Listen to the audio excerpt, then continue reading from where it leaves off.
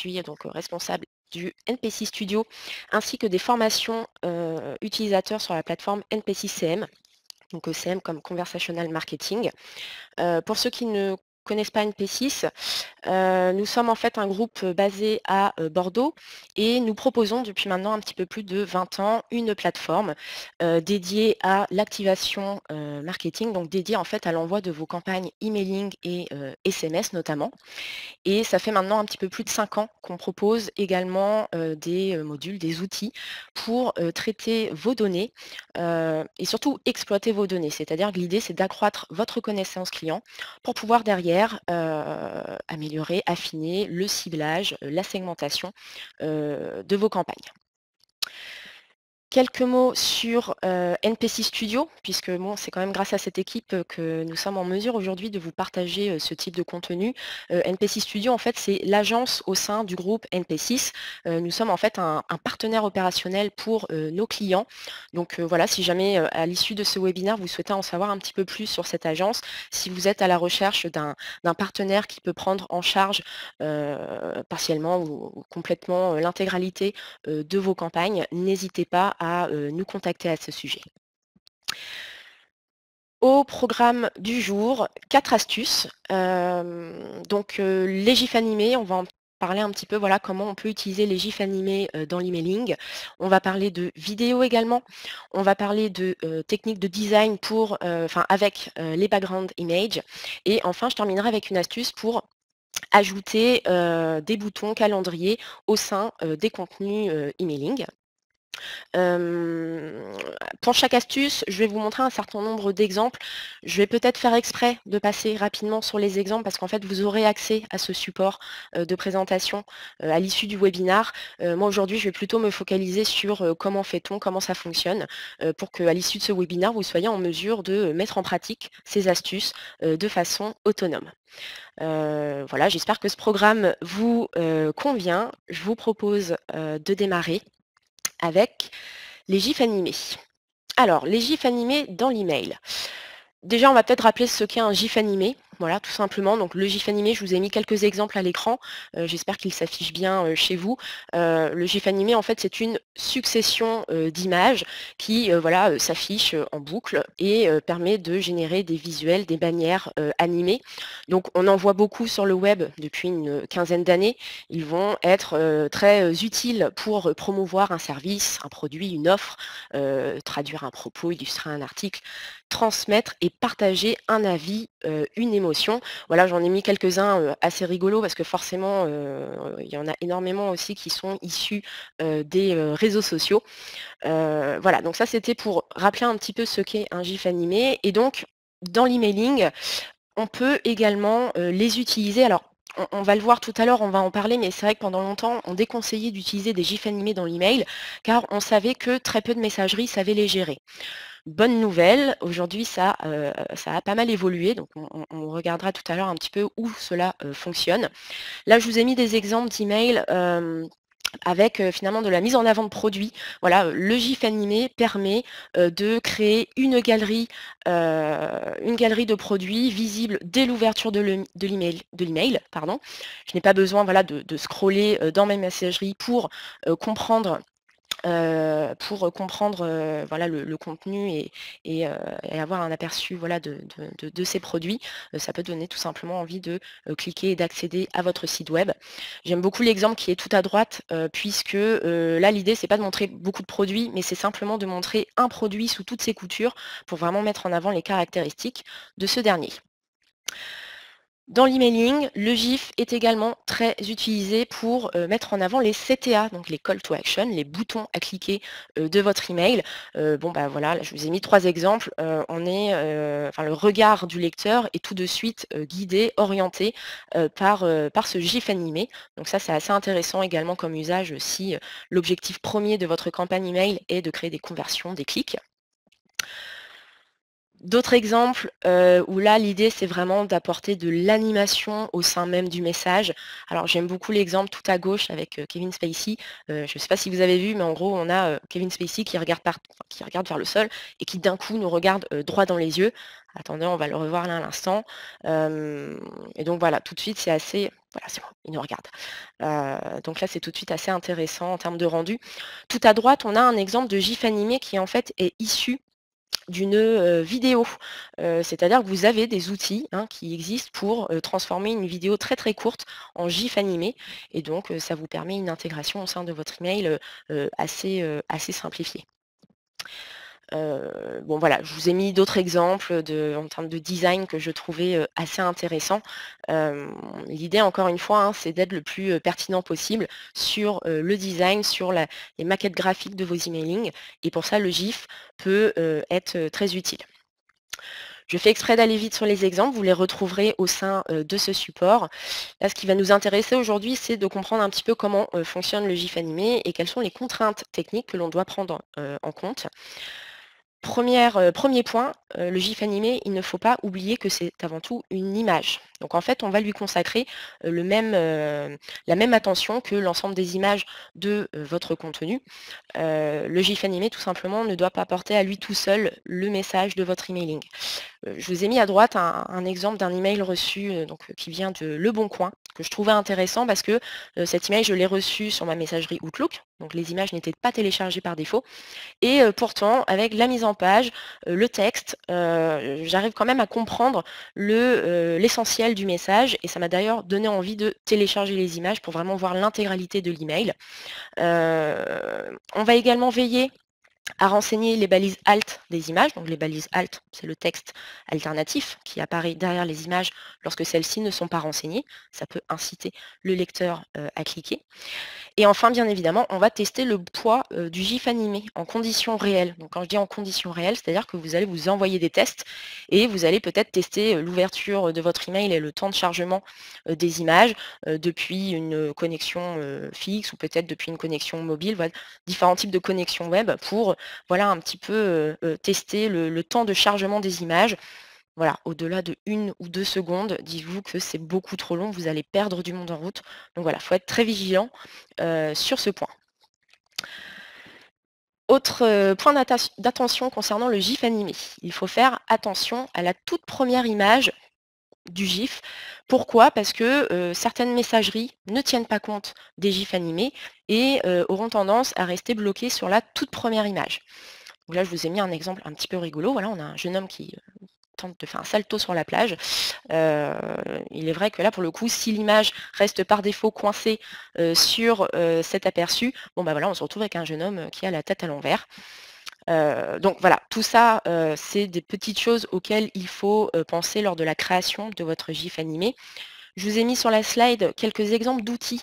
Ce qui est intéressant avec le GIF animé, c'est qu'il n'y a pas besoin d'avoir de compétences techniques pour les créer. Il y a énormément d'outils en ligne qui vous permettent de générer vos propres GIFs animés. Donc vous avez juste à charger vos images et l'outil se charge de vous générer le GIF. Pour ceux qui sont un petit peu plus équipés, vous pouvez utiliser donc vos logiciels. Donc nous, NPC Studio, par exemple, on utilise notamment Photoshop. Alors, tout ça, c'est bien, mais on tenait quand même à vous partager les résultats de nos tests. Je vous l'ai dit tout à l'heure, pendant longtemps, énormément de messageries avaient tendance à ignorer les GIFs animés. Bon, ça a quand même pas mal évolué parce que là, on le voit bien, à part Outlook, c'est souvent le cas avec Outlook, mais on voit que sur énormément de messageries, les GIFs animés sont prises en charge, fonctionnent très bien. Du coup, voilà, ces informations-là, dès lors où vous décidez de vous lancer dans la création de GIFs animés, ça vaut le coup quand même avant de jeter un œil à votre base de données, de voir un petit peu quels sont les supports d'ouverture, quelles sont les messageries utilisées. Ça dépend de la plateforme que vous utilisez, mais normalement, vous avez accès à ce genre d'informations et ça peut vous aider dans la prise de décision. Très clairement, si vous faites de la communication B2B, je ne sais pas, par exemple, à l'adresse de vos collaborateurs en interne et que vous utilisez uniquement Outlook, bon, bah, dans ce cas-là, ça ne vaut pas forcément le coup, sauf si vous êtes sur Outlook 2011. Ça nous avait fait sourire. Parmi toutes les versions d'Outlook, Outlook 2011, c'est le gérer. Quoi qu'il en soit, dès lors où vous souhaitez mettre en place ce genre d'astuces en termes de contenu, de design, testez et retestez pour vous assurer que ça fonctionne bien. Donc voilà pour le GIF animé. Je vous propose d'enchaîner sur la vidéo, donc la seconde astuce de ce webinaire. Donc la vidéo, c'est quoi l'intérêt de la vidéo dans l'emailing? Bon bah, si on regarde un petit peu cette étude, hein, une seule minute de film aurait le même impact qu'un texte de 1,8 million de mots. Donc c'est assez énorme. J'avais lu quelque part, j'ai plus la source malheureusement, j'avais lu quelque part que le mot objet, le mot vidéo pardon, dans l'objet, d'un email, pouvait augmenter de 19% le taux d'ouverture. Je ne l'ai pas vérifié, mais si c'est vrai, c'est assez énorme et ça vaut le coup, de se pencher, dessus.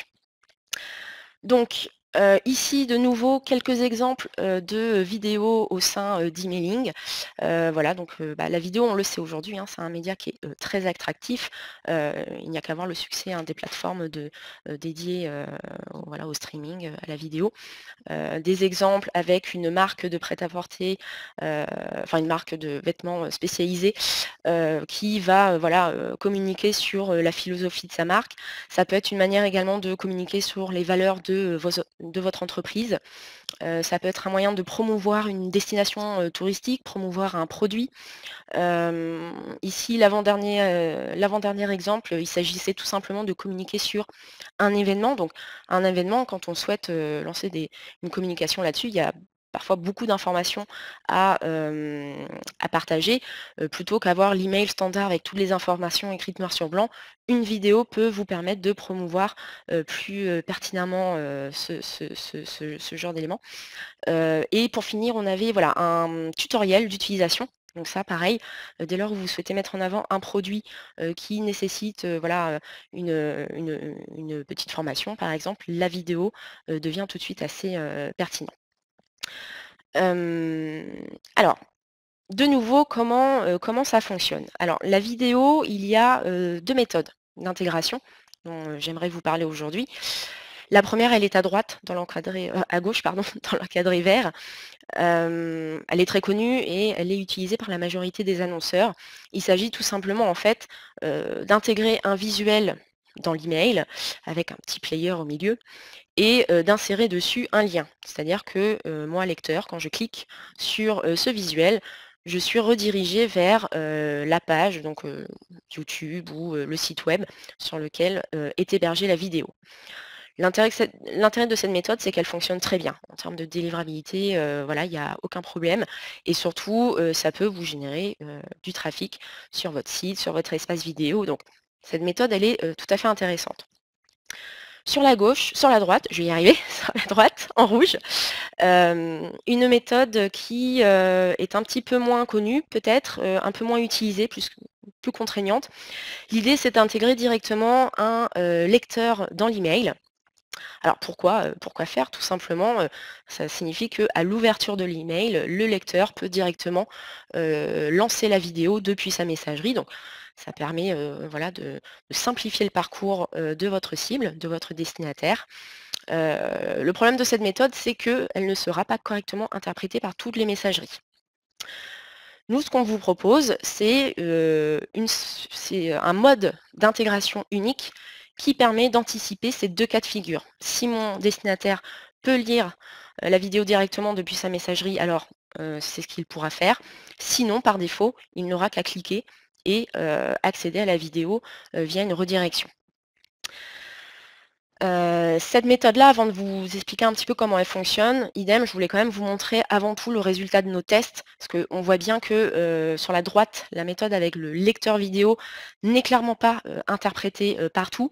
Là finalement, alors quand on parle de Apple, ce sont les appareils Apple, hein, de manière générale. C'est pas tout à fait, uniquement les messageries, mais on constate que sur les appareils Apple, le lecteur vidéo directement depuis la messagerie, fonctionne assez bien. Sur les messageries Orange également, cela fonctionne. Donc encore une fois, c'est une question de choix et il faut juste bien l'anticiper. Si dans ma base de données, je constate que j'ai une très grande majorité, de cibles qui ouvrent sur des appareils Apple, là oui, ça peut valoir le coup de mettre en place, cette technique. Donc comment ça fonctionne? Alors je pense que ça sera plus lisible quand vous téléchargerez le support, mais en fait, on vous a indiqué la ligne de code que nous avons testée. En fait, cela est possible grâce déjà au HTML5. Donc le HTML5, c'est la toute dernière version du langage HTML que nous utilisons pour intégrer des emails. Le HTML5 nous propose notamment une fonctionnalité qui n'existait pas avant, c'est la balise vidéo.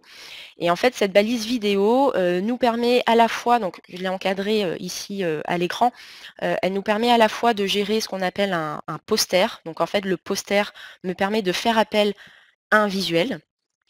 Et en dessous, on va avoir la source de type vidéo, donc une source au format MP4. Il faut que ça soit au format MP4 pour que cela fonctionne. Et en fait, cette source-là me permet directement d'intégrer la vidéo au sein de l'email. Si la messagerie du destinataire ne peut pas lire cette vidéo directement, eh bien, il n'aura qu'à cliquer sur le visuel et accéder à la vidéo sur une autre page. Alors pour le lecteur, c'est complètement transparent, il ne reçoit pas un email avec les deux options. Pour lui, il aura juste ce visuel, soit il pourra le lancer directement depuis sa messagerie, soit au clic, ça ouvrira une autre page. En termes d'intégration, on vous conseille bien évidemment de privilégier les vidéos courtes. Le but du jeu n'est pas d'envoyer Titanic par email. C'est une question de chargement et de performance. Et on vous incite à bien faire attention à éviter le lancement automatique des lecteurs. Avec cette méthode, cela ne va pas arriver, mais si jamais vous souhaitez tester d'autres méthodes d'intégration pour de la vidéo, sachez qu'il faut bien veiller, faire attention à ce que le lecteur ne se lance pas automatiquement. Pour pouvoir, enfin voilà, pour ne pas importuner tout simplement le destinataire. Est-ce que vous pouvez, donc je suis arrivée à la moitié, est-ce que vous pouvez me confirmer qu'en termes de rythme, ça vous va? Je surveille l'heure en même temps, c'est pour ça. Est-ce que je ne vais pas trop vite pour vous? Ça vous semble à peu près clair? Super, merci beaucoup. Vidéo courte, en fait, c'est au test, mais on va éviter de dépasser la publicité, ça fait, je sais pas, ça serait du 5-6 secondes. En réalité, en fait, ça se teste pour de bon. On pourrait peut-être aller un tout petit peu au-delà, mais vous le sentirez tout de suite au chargement des contenus dans la boîte de réception, enfin depuis la messagerie. Ok, je continue. Merci beaucoup en tout cas pour la confirmation sur le rythme. Troisième astuce, les background images, ou alors tout simplement l'arrière-plan avec une image. J'utilise le terme anglais tout simplement parce que c'est comme ça qu'on nomme l'attribut dans le code HTML pour gérer des images en arrière-plan. Alors, c'est quoi le principe de l'arrière-plan avec une image dans l'emailing? Toute personne qui a été amenée à construire je ne sais pas si vous l'entendez, j'ai un avion qui me passe juste au-dessus.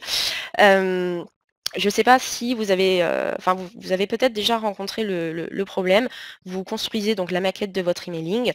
Vous souhaitez avoir un joli bandeau visible dès l'ouverture de votre email. Et sur ce bandeau, vous souhaitez à la fois avoir une jolie image et du texte par-dessus.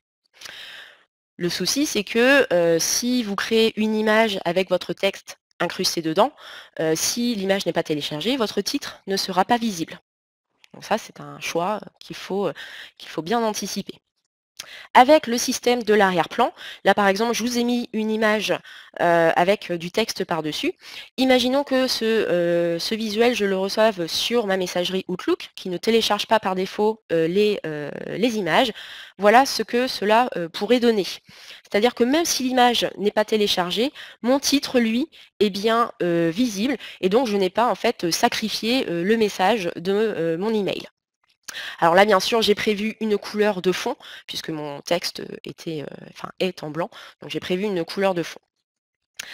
Là, je vous ai mis un autre exemple un peu plus parlant, du coup, ça c'est un email que j'ai reçu à la fois sur ma messagerie, donc Gmail à gauche, oui. Et à droite, c'était la version sur Outlook, donc avec le visuel de fond qui ne se télécharge pas. Dans tous les cas, l'email reste lisible, que les images soient téléchargées ou non. Donc, d'autres exemples que je vous passe rapidement. On parlait de GIF animé tout à l'heure. Voilà, on peut utiliser un GIF animé en arrière-plan. Au milieu, j'ai un email avec un fond voilà, avec une image positionnée sur tout le fond de mon email, donc c'est un ciel étoilé. Et sur la droite, un header avec une image également positionnée en arrière-plan. Au-delà de l'aspect graphique, le background image peut avoir un tout autre intérêt. Là, je vous donne un exemple. En fait, il s'agit d'éviter les découpes complexes. Alors là, je m'adresse plus aux intégrateurs. Vous avez un exemple tout au milieu d'un email qui est essentiellement composé d'images. Donc en fait, la seule partie que je peux intégrer au format texte dans mon email, c'est la partie que j'ai encadrée ici en vert au milieu. Traditionnellement, sur la gauche, en rouge, voilà ce qu'on aurait pu faire. On se serait dit, bah, ok, je prends ma maquette et je vais la découper en plusieurs parties pour pouvoir intégrer à la fois mon visuel et mon texte. Le problème, c'est qu'il y a toujours ce risque, vous l'avez peut-être expérimenté, il y a toujours ce risque de décalage, de liseré blanc qui peut apparaître à l'écran. Pour éviter ce cas de figure, le background image peut me permettre d'éviter cette découpe. Et en fait, là, je vous ai mis l'exemple à droite en vert. Pas besoin de découper le visuel, je l'intègre en arrière-plan. Et ensuite, en premier plan, j'ai mon texte qui apparaît. Donc là, encore une fois, c'est une méthode qui peut être intéressante en termes de rendu par rapport à l'affichage en messagerie. Et donc, de nouveau, on vous communique le résultat de nos tests effectués récemment.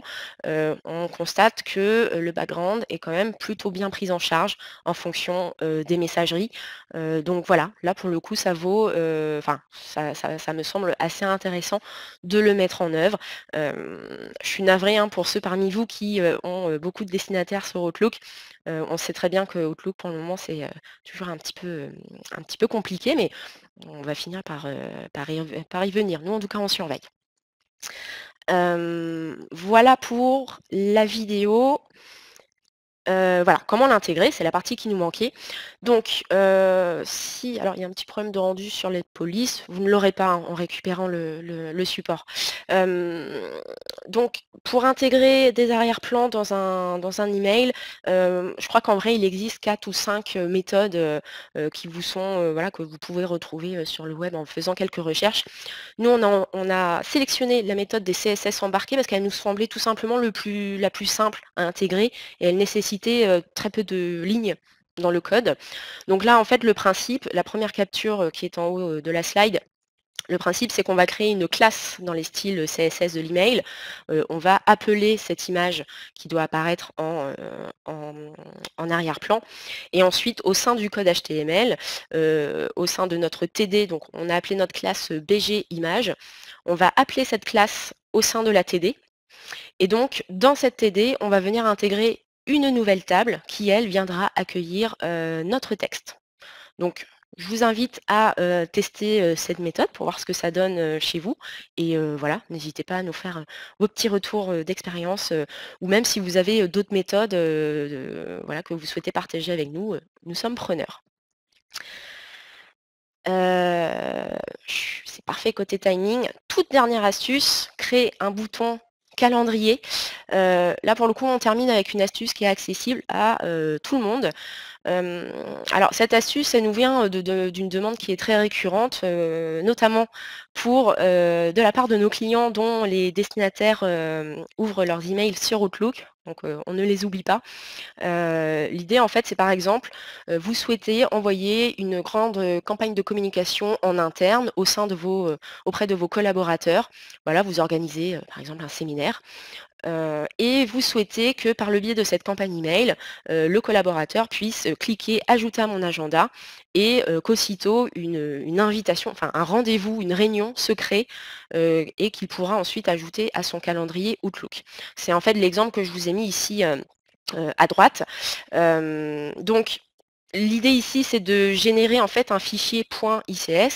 Ce sont ces fichiers-là qui permettent d'ajouter les invitations dans les agendas Outlook. Alors, moi, je prends l'exemple de Outlook, mais ça marche avec Apple, Google, Outlook.com, Yahoo. Voilà. Et donc cette méthode, elle est possible via un outil en ligne que nous on utilise qui s'appelle Add Event. Donc je vous ai mis toutes les étapes, hein, mais c'est assez rapide à faire. Le principe, donc vous allez d'abord voilà, vous créez un compte hein, qui sera gratuit. Vous devez vous rendre donc sur cette sur cette page, pardon, vous allez créer un nouvel événement dans lequel vous allez en fait compléter les informations de l'événement. Donc, vous allez mettre un titre, une date, une heure et une description. Vous allez cliquer sur créer et en fait là ça va vous générer un code source. Alors là il y a beaucoup de lignes dans le code source parce que ça vous permet de gérer le lien Apple, Google, Outlook, Outlook.com, Yahoo. Donc là par exemple moi j'ai encadré uniquement le lien qui m'intéressait et donc ce lien une fois que vous l'avez récupéré vous n'avez plus qu'à le copier-coller sur votre bouton, sur votre texte au sein de votre email et voilà vous avez un lien pour ajouter un événement à un calendrier qui est créé par ce biais. Hem, super, j'ai bien j'ai assuré le timing, donc je suis contente. Je voulais quand même vous libérer à l'heure. Ce que je vous propose maintenant, bah, voilà, si vous avez des questions, j'en ai vu quelques-unes passer, donc on va essayer de les reprendre, au fur et à mesure.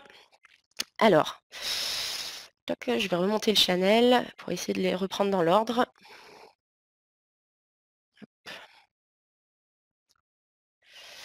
Toc, toc, toc, toc, toc.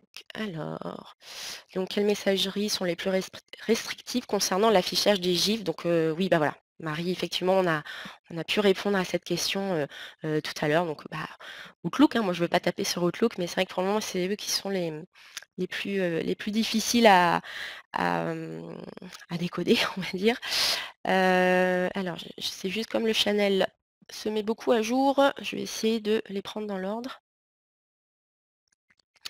Tac, tac, tac, vidéo courte, donc oui, vidéo courte, c'est vrai que j'ai pas fait une réponse, forcément très précise, mais selon moi, la vidéo courte, c'est, voilà, quelques secondes. Au-delà, j'aurais peut-être tendance à enfin quelques secondes, 1 minute, 2 minutes grand maximum, mais pour être honnête avec vous, c'est vrai que nous jusqu'à présent, on gère des vidéos qui sont très, très, très courtes, qui sont plus en mode, teaser, mais on pourrait peut-être faire des tests avec des vidéos beaucoup plus longues. J'ai juste un doute quant au rendu, quant au chargement, depuis la messagerie, directement. Donc à tester. Comment intégrer une mini enquête dans un email? Alors c'est vrai qu'aujourd'hui on n'en a pas parlé, mais on a déjà fait des webinaires à ce sujet. Donc moi aujourd'hui Frédéric, j'ai 2 méthodes que je peux proposer, pour gérer de l'enquête.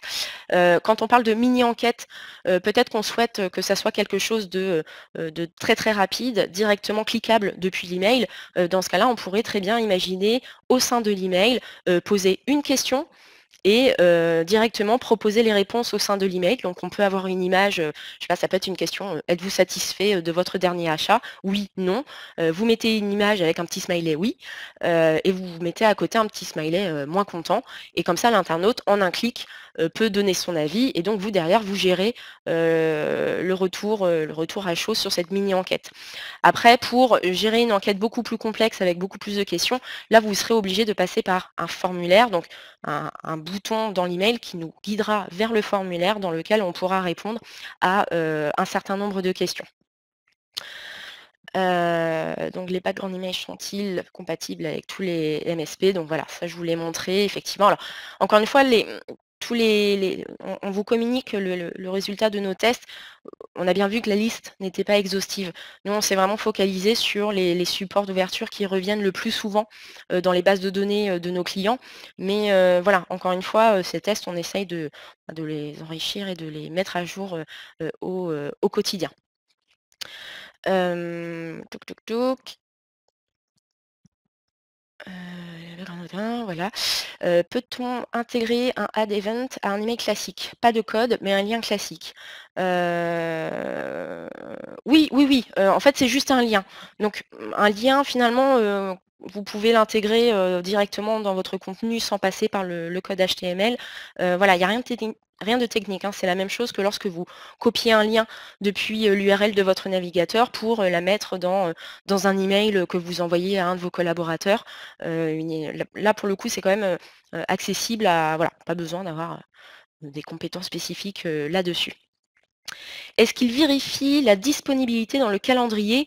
En fait, dès lors où sur Outlook notamment, parce que moi c'est celui que je connais le mieux, mais sur Outlook, si, on me propose une réunion, par exemple aujourd'hui, 11h30, mon calendrier m'aurait par défaut dit: «Attention, là tu es prise, sur ce créneau». Donc en fait, là c'est pas tellement le lien en lui-même qui gère cet aspect-là, c'est juste, votre agenda à vous qui va vous dire, si vous êtes, dispo ou pas. Hem, hop. Hein. Conseillez-vous également toutes ces fonctionnalités dans email B2B où on ne vend pas de produit, mais un service? Hem, oui, parce qu'en fait, c'est vrai que je vous ai mis l'exemple de, voilà, la promouvoir, des produits, mais dès lors où vous souhaitez promouvoir un service ou, les valeurs d'une entreprise, une philosophie, enfin, quel que soit l'objet de votre communication, ces outils-là, ils sont avant tout là pour valoriser, la forme de votre message. Le fond finalement, c'est vous qui le définissez, mais oui, oui, en tout cas pour, promouvoir un service. La vidéo, par exemple, la vidéo peut être très intéressante pour, résumer, l'intégralité de vos prestations et du service que vous proposez. Hem, hop, comment est-ce qu'il est-ce qu'il est possible de traquer les personnes qui mettent l'event dans leur calendrier? On va pouvoir traquer les gens qui ont cliqué le lien. Par contre, ce n'est pas directement depuis la plateforme qu'on va traquer le nombre de personnes qui ont ajouté l'événement dans leur calendrier. C'est une bonne question. J'allais vous répondre que normalement depuis votre propre agenda, vous pouvez contrôler le nombre de personnes inscrites, mais comme là, le lien n'est pas généré par votre agenda, mais via la plateforme, voilà, je ne sais pas répondre exactement, mais par contre, ça vaudrait le coup qu'on jette un œil. Est-ce que intégrer des émoticônes dans les objets et les accroches font partie de ces outils pour accroître la performance des emailing? Oui, les émoticônes, font partie des petites astuces qui effectivement peuvent, augmenter le taux d'ouverture. Alors, ce n'est pas l'émoticône qui va conditionner le succès de la campagne, mais oui, bien évidemment, ça peut vous permettre un petit peu de vous démarquer, d'ajouter un peu de dynamisme dans l'objet. Donc, moi les émoticônes, je les conseille énormément pour les campagnes à caractère récurrent. Je prends souvent l'exemple d'une newsletter que je reçois régulièrement, c'est la Ruche. Donc, je ne sais pas si vous connaissez la Ruche, hein, donc des producteurs, locaux, heu et l'organisation de vente de ces produits locaux. La Ruche, ils ont une newsletter. Parmi toutes, les communications qu'ils m'envoient, ils ont une newsletter que je peux reconnaître en un coup d'œil à la réception dans ma messagerie parce que, l'objet commence toujours avec le même émoticône, donc c'est une plume qui apparaît, et ensuite j'ai le numéro de la newsletter. Donc c'est un peu comme le magazine Mickey, quand j'étais petite. En un coup d'œil, je pouvais le reconnaître parmi tous les magazines, dans le bureau de presse. Là, c'est un peu le même principe. Pour vos newsletters et vos envois récurrents, le fait d'avoir des petits trucs un peu, «visuels» entre guillemets pour, les rendre, reconnaissables parmi le reste, c'est toujours intéressant à tester. Est-ce que vous avez des KPI à nous présenter sur des cas zut, j'ai sauté un, nous présenter sur des cas concrets qui montrent que ces 4 outils boostent le clic, la réactivité. Heu, l Nous en avons plein, mais c'est vrai que, on n'a pas pour le moment, c'est vrai qu'on n'a pas compilé, ces résultats. Ça pourrait faire l'objet, d'une présentation, bien à part. Mais c'est vrai que nous, on le voit plutôt au quotidien, au cas par cas, avec les campagnes de nos clients. Encore une fois, ce sont des astuces, hein. Là, je vous montre des astuces techniques pour, la partie contenu.